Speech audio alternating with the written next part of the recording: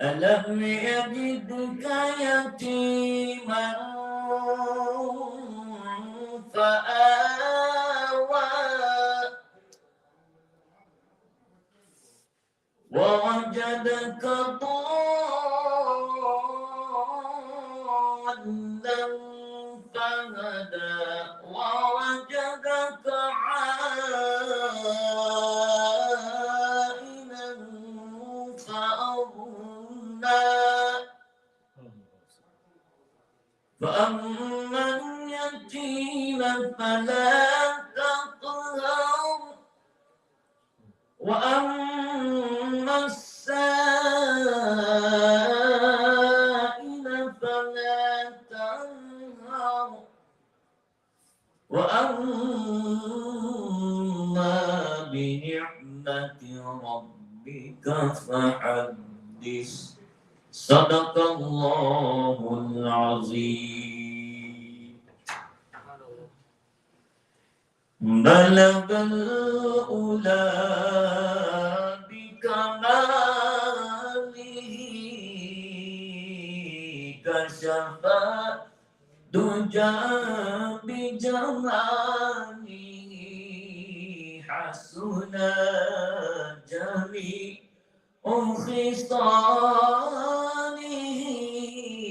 خصاله صلوا عليه وآله بلغ الأولى بكماله جسے چاہا در پہ بلا لیا جسے چاہا اپنا بنا لیا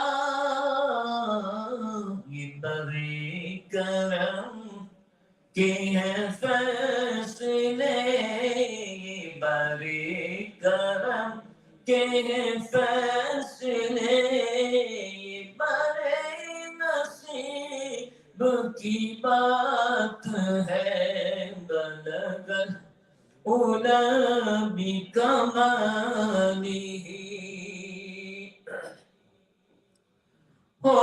درود تجھ پہ بھی آمینہ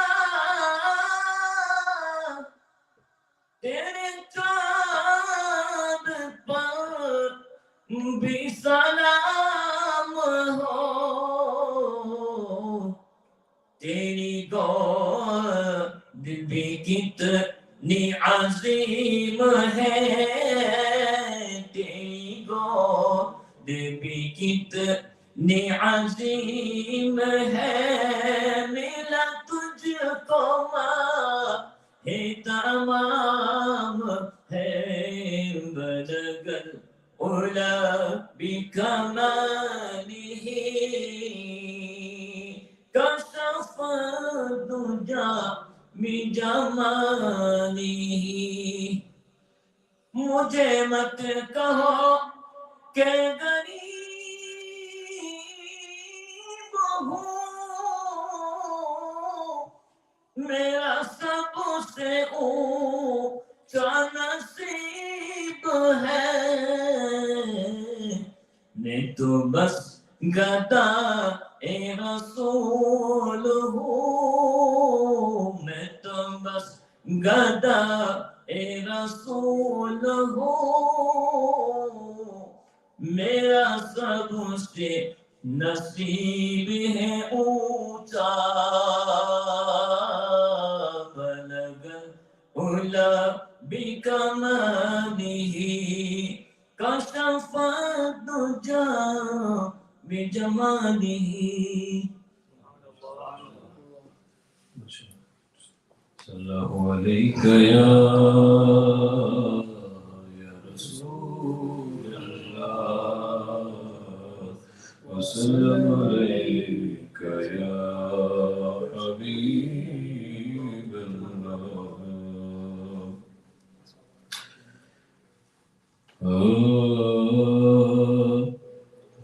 سرور کہوں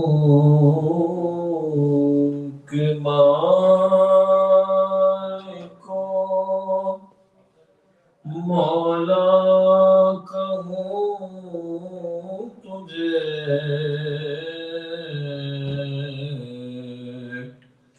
سرور کہوں کہ مالک مولا کہوں تجھے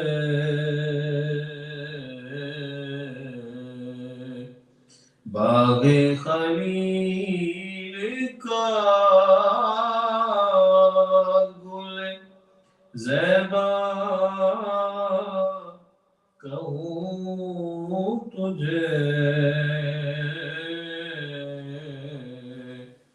سرور کہوں کہ مالک اللہ رے تیرے جسم منور کی تابش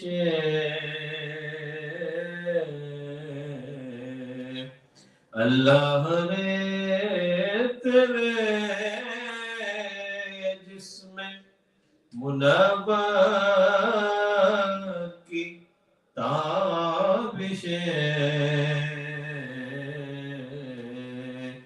اے جان جان جان تجلا کہوں تجھے اے جان جان جان تجلا کہوں تجھے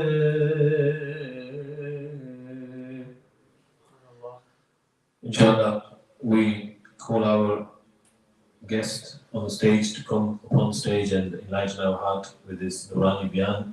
Now, Prophet Allama Maulana Sheraz Farooq Madani Naam Barkatu Aliya Nara Takbir Nara Risalat.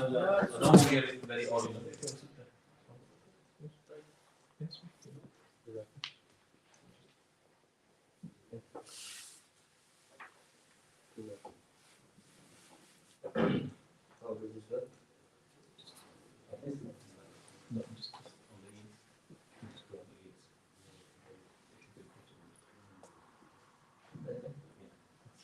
الحمد لله رب العالمين والصلاة والسلام على سيد الأنبياء والمرسلين أما بعد فأعوذ بالله من الشيطان الرجيم بسم الله الرحمن الرحيم إن الله وملائكته يصلون على النبي يا أيها الذين آمنوا صلوا عليه وسلموا تسليما اللهم صل على سيدنا محمد وعلى آله وصحبه أجمعين.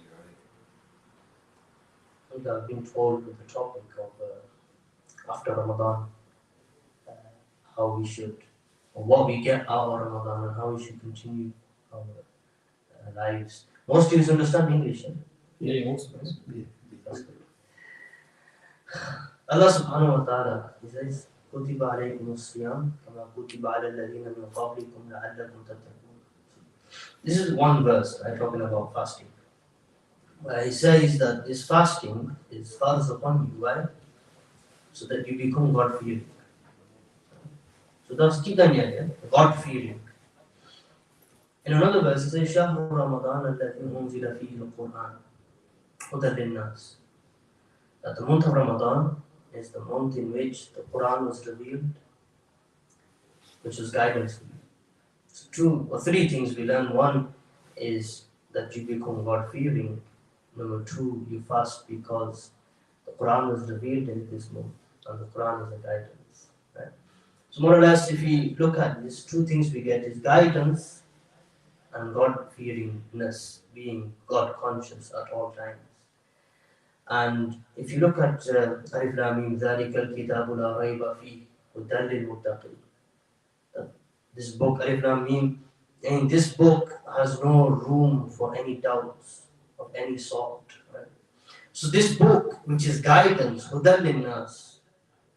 So wherever you go in the Quran is guidance. It's a masterpiece of guidance. Yeah. And when we fast, our God consciousness, our fear of God should increase. And then the month of the Quran, this Quran was given to you in guidance. Right? Now, I'm not one of those normal speakers where I just go into the blessings of everything. Sometimes you have to be straight. So, if we look in the past 20 years, right, in what's happened in history, we've had the 9/11 bombings, we've had the London 7/7 bombings, we've had so many different things going on. Muslims being falsely accused for things they have not done. This has happened. We're used to this. Wherever you see on the news, there's always something to do with Muslims. Okay, and then you have Muslims not supporting each other.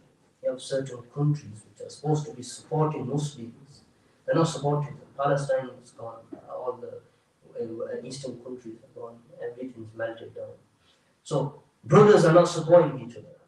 So these are like just a few factors. If you look at Muslims now, we're stuck. We're stuck. We don't have that. Muslims, our generation, we have never seen Muslims at the top.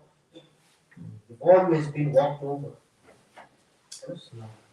We have never ever got to that point where Muslims are at the top. And that's why now we youngsters, myself, all of us in this generation, we're away from religion because we've never seen the benefit of it. So the Quran is guidance. In this time, for us Muslims, what are we supposed to do? What are we supposed to do to, get back to the top? What are we supposed to do to get back to our position? Muslims, the thing is with Muslims, Iman is such a valuable asset that it doesn't deserve to be at the bottom. It demands to be at the top. Yes? And when it doesn't reach its destination, when it doesn't get to the top, eventually your body gets tired. This is the what's happening today in today's age. Everyone's turning into this LGBT and etc. Atheism and all that. Now the biggest problem is the Quran is a guidance. The Quran is supposed to guide us. The Quran is supposed to tell us, right, when you ever get to this point where you are being falsely accused, where nothing is working out for you, you're always on the media, everyone's always talking bad about you, your own country, Muslim brothers are not supporting each other, everyone's against you, no one likes you, you're getting racial abuse, you're called terrorists. The Quran is supposed to be helping us here. The Quran is supposed to be telling us what to do at this point. Do you agree? Do you agree? I mean, that's what the guidance is. Hudan lin-nas. Hudan lil-muttaqin. Wherever you go throughout the Quran, in every other surah, Allah tells us that this book is a guidance. Read it properly. It's a guidance. The guidance. Why is it we're still at the bottom? Why is it we're not finding that solution that we're supposed to? The simple, brief message, right? I've come here the first time you guys have probably listened to my talks. I'm going to give you with a simple message. And, in this message, it's made both pictures. There's a lot to learn. I'm going to try and, inshallah, deliver this message to you in such a way where you go away today, you leave with something in your mind, and you look at the Quran with a complete different eye, a complete different, way of understanding. Okay. So now we're literally being mentally tortured, verbally tortured, verbally blackmailed. There's nowhere for us to go. And we're right at the bottom. So now, if you look at the Quran, right? If you take out the best story of the Quran, Ahsanul Qasas, Surah Yusuf. And if you understand this story, Yusuf alayhi salam, briefly tell you, there's so much depth into the story, I'm going to tell you briefly. He was a prophet, his father Yaqub was a prophet. He had a brother called Binyamin, and he had 9 older brothers. Okay, 9 older brothers who were stepbrothers. Okay. Now, Binyamin, Yusuf alayhi salam was beautiful. Okay. He was a prophet, his father was a prophet. And he grew up where his father really, really loved him. His father really respected him. His father adored him. And his brothers eventually got jealous. His brothers didn't like this part. But the father likes Yusuf alayhi salam more than anyone else. So the brothers, briefly, a lot of stuff happened. Briefly, what the brothers done, they said, you know what, we take him to the field. We said to the father that we're taking him out. We're going to throw him into a well. Yes, we throw him into a well, and that's it. Our father, he'll have to love us more. Together. Now, there's so many lessons to learn just from this. Okay? I'm not going to go into them yet. We probably heard them all before. Yusuf alayhi salam, he was eventually thrown into a well by his own brothers. This is point number one. His own brothers went against him. Ahsan al-Qasas, the best story of the Quran, and Allah is telling us, look, his own brothers betrayed him. His own brothers went against him. And when they went back to the father, they said, Akra was there, one created. Now, Yusuf alayhi salam, later on he was found, and then he was taken away as a slave. He was sold for a very cheap price by his brothers, and now he was sold in the slave market. Eventually the king bought him, Aziz-e-Misr. Aziz-e-Misr took him to his palace, okay, and he gave him a special room, looked after him, and Zulaykha, radiallahu anha, she became Muslim later on, but at this time she wasn't. Now, he was so beautiful, she had the wrong intention. Okay? And eventually, what happened was, now Yusuf alayhi salam was wrongfully accused, falsely accused of doing something which he didn't do. And now, 2 points. Number one, he was sold out by his own brothers.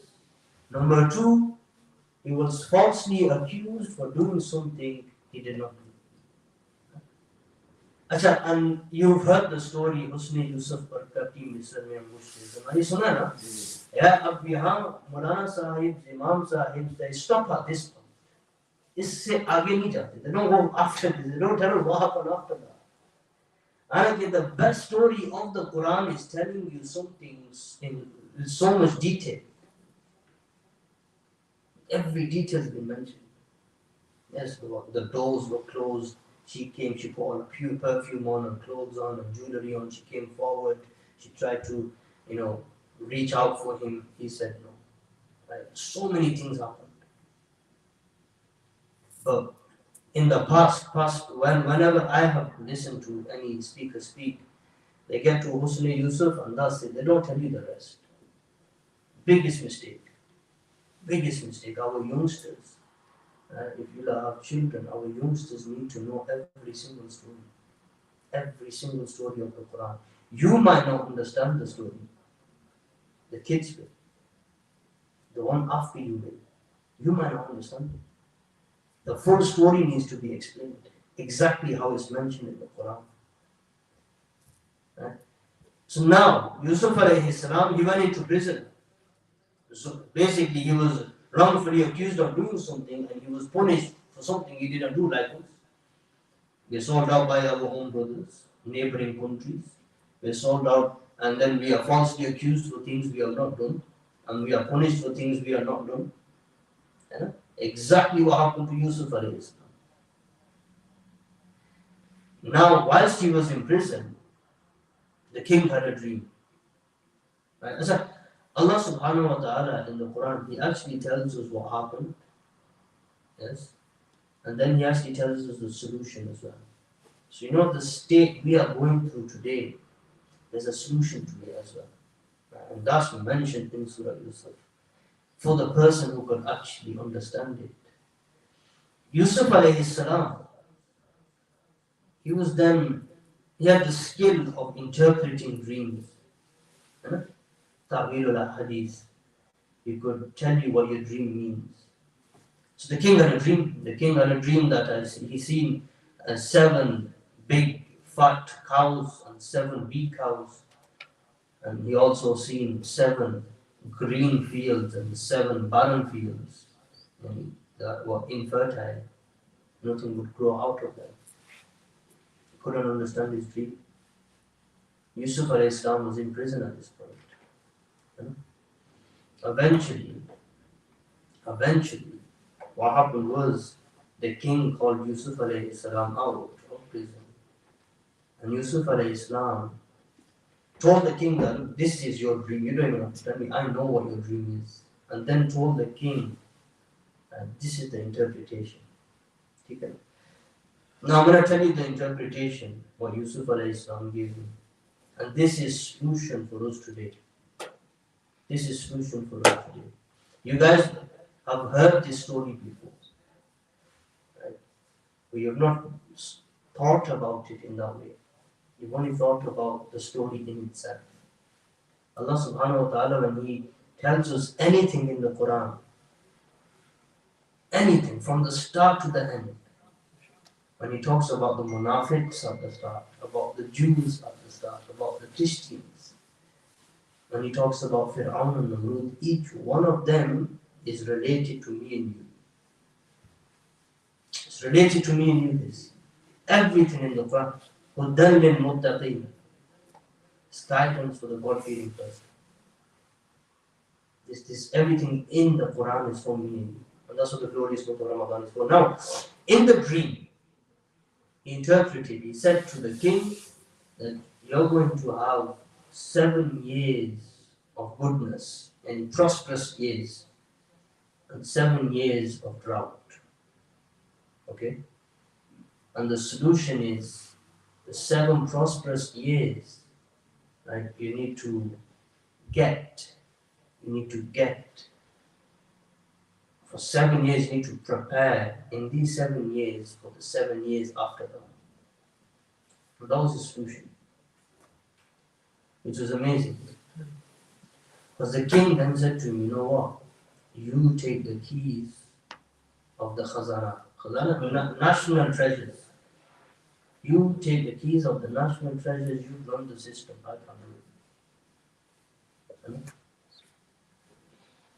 Now, and this point is very, very important. I'm going to, wrap it all up in the end. At this point here, the king said to him, you run the system. Very interesting. Now what happened was, 7 years came, and he saved up a lot of food. He saved up a lot of cows and wheat and different types of foods that were enough for the people for the next 7 years ahead. He took control of the full country. Right? Now, when the drought started, the first year, Yusuf alayhi salam, or the country, Misr, Egypt, larger Egypt, in the first year they used their own, whatever food they had saved, for 1 year. 1 year that ran out. The second year, they used their own cattle, their own land. Eventually that ran out. Third year, they sold whatever property they had. That ran out. Fourth year, they sold their animals and their land. That ran out. Fifth year, they sold their any other valuable asset they had, because they needed to eat. Fifth year, they sold their children. Sixth year, they sold their the daughters first year, sons second year.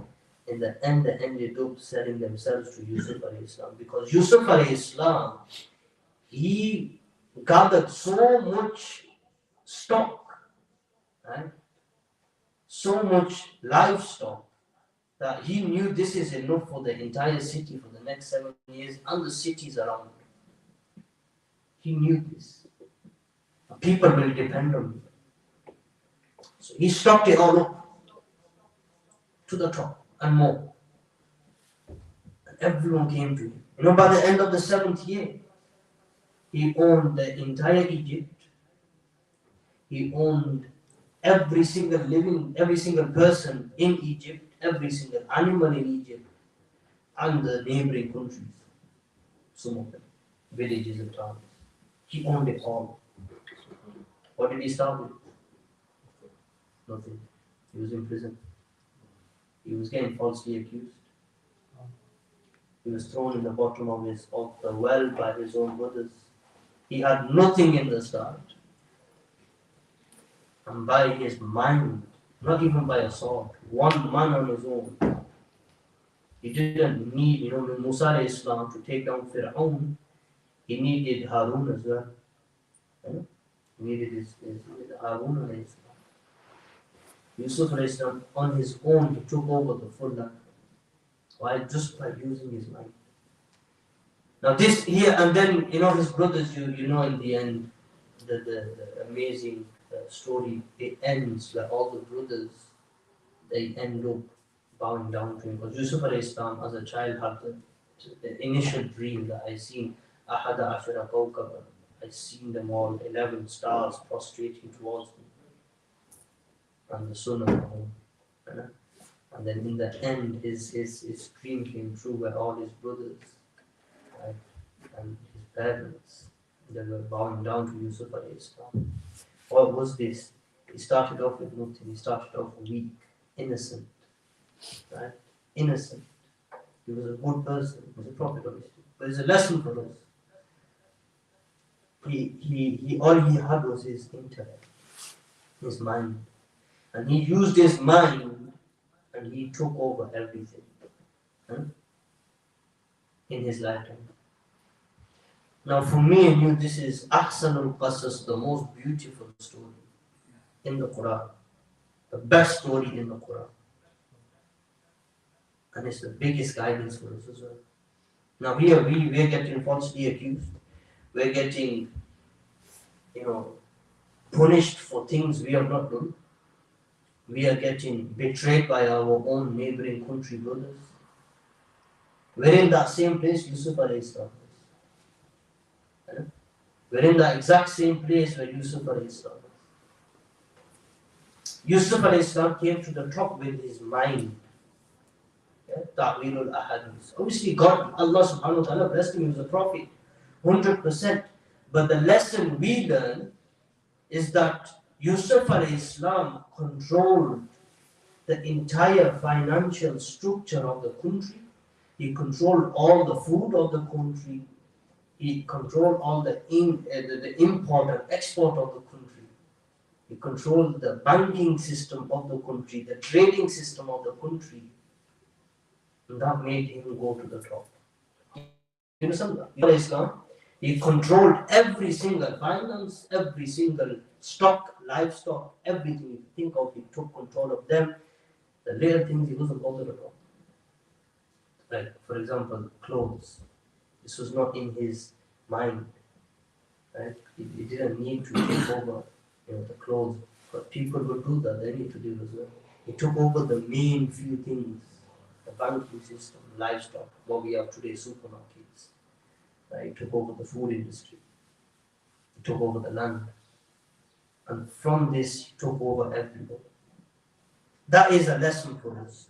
This is true guidance for us, for a person that would understand it. Right? Now, if I was to wrap it up and explain to you at this time what we should be doing, what me and you as Muslim brothers, what we can do to get ourselves to somewhere above where we are today. Right? Yusuf alayhi Salam didn't go back and say, oh, you guys said do this to me, you guys do this. He said, La tafriba alaykum al-yawm izhabu antum mutlaqa. You're free, I have no revenge against you today. You're free to go. To his brother, everyone who done him wrong, he said to them, you're free to go. So now, understanding different scholars and different, like Allama Iqbal and his mentality, right? Few things that points I want to make, I'll wrap it up for you, is number one, education, being a degree holder. And being a degree holder restricts you. A pharmacist can only become a pharmacist. You can't do anything else. He's stuck. Very rarely you probably open the business of pharmaceutical business. That's a problem. Engineer can only do that one specific type of engineering, and that's his tool. If you look at modern day example like Elon Musk, right? he has knowledge. By this knowledge, he controls a certain part of the financing industry, the stock marketing system. Right? He has more power than kings and queens today. You understand? Money is power. Controlling over a financial system is power. If you look at Bill Gates, he has control over technology. He has more power than kings and queens. More power than government systems. All of them put together, Bill Gates has. The Rothschild family, right? And 400 trillion US dollars net worth. They have more power than kings and queens and governments, all of them put together. Why? Because they control the banking system. Right? Whoever controls the supermarkets, they have control, not the kings and queens. The guys at the top are actually the guys who have control over the system. And it's in front of you. They have more authority in you than anyone else. And this is exactly what Yusuf alayhi salam did. He didn't go and ask to be the king and queen. He didn't go there with a sword and took over the country. No, he just took over anything people depended on, he took over. And well, by doing that, he took over the entire city. Then from one city to the next, to the next, to the next. But Israel spread out like that. Yeah? But he laid the foundation. That's my simple advice. There's a lot going on in the world right now. And the Prophet ﷺ has given us many indications of what's going to happen. It doesn't stop here. The Quran, Ahsan al-Qasas is the main story of the Quran, right? Every other story of the Quran, like Hazrat Salih alayhi salam, Hazrat Nuh alayhi salam, like Noah's Ark, if you was to read that story, what would you understand? These guys committed shirk, Allah sent a flood, all of them died, 78 survived, and some animals. What do you learn from that? What do you actually take from that? You have to actually go and study that. And what the Nuh alayhi salam story tells us is something very deep. It's beyond what you've ever heard before. I don't have time for that. But my point is, right, maybe next time. My point is, the Prophet ﷺ told us, and the Quran tells us, which things you need to get to the top. Quran tells us, I'll give you an example. Very soon, the Prophet ﷺ said that when a minor sign of the Day of Judgment happens, every other one will happen straight after the other. Right? Straight up, one by one, they'll happen straight to you. Now, if you look at all the minor signs, most of them have happened. Okay, excluding one, main one, which is the Golden Mountain that needs to come out from the river Euphrates. And there'll be a massive war over this Golden Mountain. Each one of them guys fighting in that war, 99 out of 100 will die. Yes, only 1% will survive. Over this gold that's going to be found. Very soon, next 5 years, 10 years maybe, you'll see on the news, okay, River Euphrates has given off a Golden Mountain and the wars have started. And in one hadith, the Prophet ﷺ says that each fighter or each country that's going to be fighting for it, each one of them will want to be the king. Each one of them will want to attain leadership. Now, what does that tell you? That controlling over the financial system of the world is leadership. Not being a king and queen in this day and age. Now, that's one example. Just a brief example. Obviously, you guys should go and do your own research. So that's controlling the finance system. When this war happens, what will happen to the price of gold? What will happen to the banking system around the world that exists? The fiat banking system. Will it crash? Will it not crash?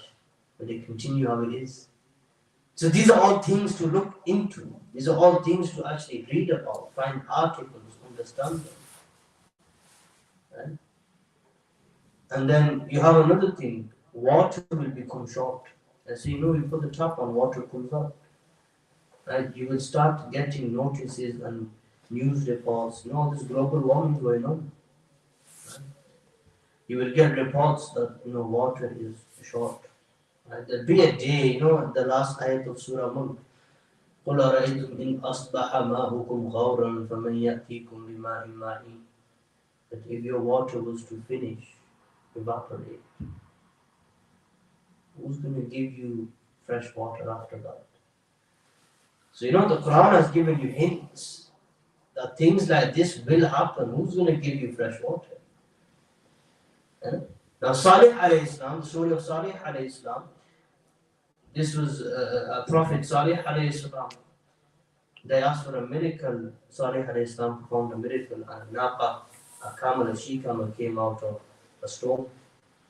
Right? Now, the war there happened. What happened in his story was, the promise was that the camel's going to drink for one day out of the reservoir, and the public will drink for one day out of the reservoir. So water was very short, and it kicked off after that. Allah sent a wind and destroyed them all. Now each story of the Quran is all linked to today. Every sort of resource that's mentioned in the Quran, every sort of incident that's mentioned in the Quran, is all linked to today. You have to understand that. Otherwise, Muslims will always stay at the bottom and will never get up. We will never get to that peak again. The Prophet ﷺ said in another hadith that wheat will become so expensive, a person will struggle to afford this. You will not be able to afford it easily. And now you may have seen Russia, this war going on. People have boycotted Russian wheat coming in. Russia used to grow 40% of the world's wheat. Everyone boycotts Russia. The wheat coming in, on artillery was like £11. Right? It's gone up to £18. So the words of the Prophet are coming true. But they will get so expensive you won't be able to afford it. There will be a time you will not be able to get wheat. Something so common, you won't be able to get supermarkets. It'll be rationed. Understand? Like this, there's so many things that are mentioned in our Quran and Hadith that are happening and that will happen, but we're not learning them properly.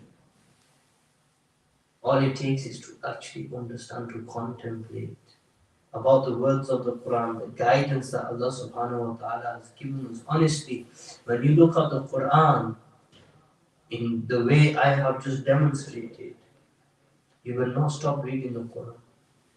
You will not stop thinking about the Quran. You will look for ways to become or to take out another point which will make you stronger. Which will make, and my final point, how cryptocurrency was very cheap. And then all of a sudden it went really expensive. Out of the blue. It's an electronic currency. No one really appreciated it. All of a sudden it went sky high. People became millionaires. Billionaires. Same with gold. Gold, exactly the Prophet told us this. The hadith has mentioned this, the value of gold will just increase rapidly. So the same way cryptocurrency just went sky high. No one even seen it coming. Gold is not appreciated at the moment. Right? It will increase so much.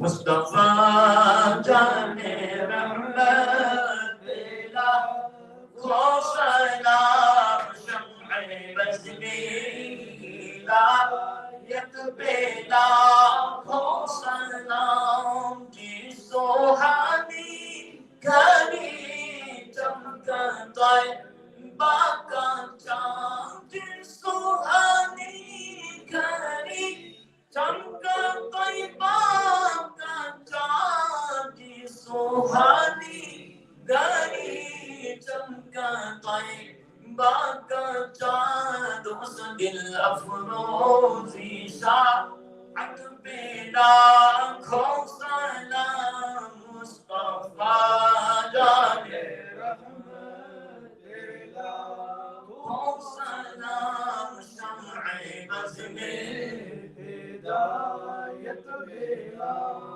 آسیوں تھام لو دامن مصطفیٰ آسیوں تھام لو دامن مصطفیٰ آسیوں تھام لو دامن مصطفیٰ اور پرو رب کی رحمت پیلا کھو سلام مصطفیٰ جان رحمت پیلا کھو سلام. اللهم صل على سيدنا مولانا محمد وعلى اله وصحبه وبارك وسلم صل عليه. ربنا آتنا في الدنيا حسنة وفي الآخرة حسنة وقنا عذاب النار. یا میرے مولا اپنا بھی پاک صدق اللہ کے آج اس محفل سے کو بات میں قبول فرما. یا میرے مولا ہم سے غلطی کمی کوتاہی ہوتے اپنے حبیب سے معاف فرما. یا میرے مولا ہر سال جو واز کے اپنے حبیب سے اس کو اپنی بارگاہ میں قبول فرما. یا میرے مولا اپنے حبیب پاک صدق اللہ کے لیے اس تمام آج کی جو محفل کا جو ہے اللہ تعالیٰ اس کو اپنی بارگاہ میں قبول فرما. اس کو ہمارے ذریعے نجات بنا. یا میرے مولا حضور کے وسیلے سے ہمیں صحیح معنی میں دین کو سمجھ کر عمل کرنے کی توفیق عطا فرما. یا میرے مولا صاحب جو پیغام دیا اپنے حبیب سے اس پیغام پر ہمیں عمل کرنے کی توفیق عطا فرما. یا میرے مولا ہمیں قرآن و سنت پر عمل کرنے کی توفیق عطا فرما. قرآن کو سمجھ کر پڑھنے کی توفیق عطا فرما. ربنا آتنا فی الدنیا حسنة وفی الآخرة حسنة وقنا عذاب النار. یا میرے مولا اپنے حبیب پاک صلی اللہ علیہ وسلم پوری امت مسلمہ کی خیر فرما. اسلام کو بول بالا فرما. مسلمانوں کو کفار یہود و حنود کو محفوظ فرما. صلی اللہ تعالی علی خیر خلقہ محمد وعلی آلہ وصحبہ اجمعین.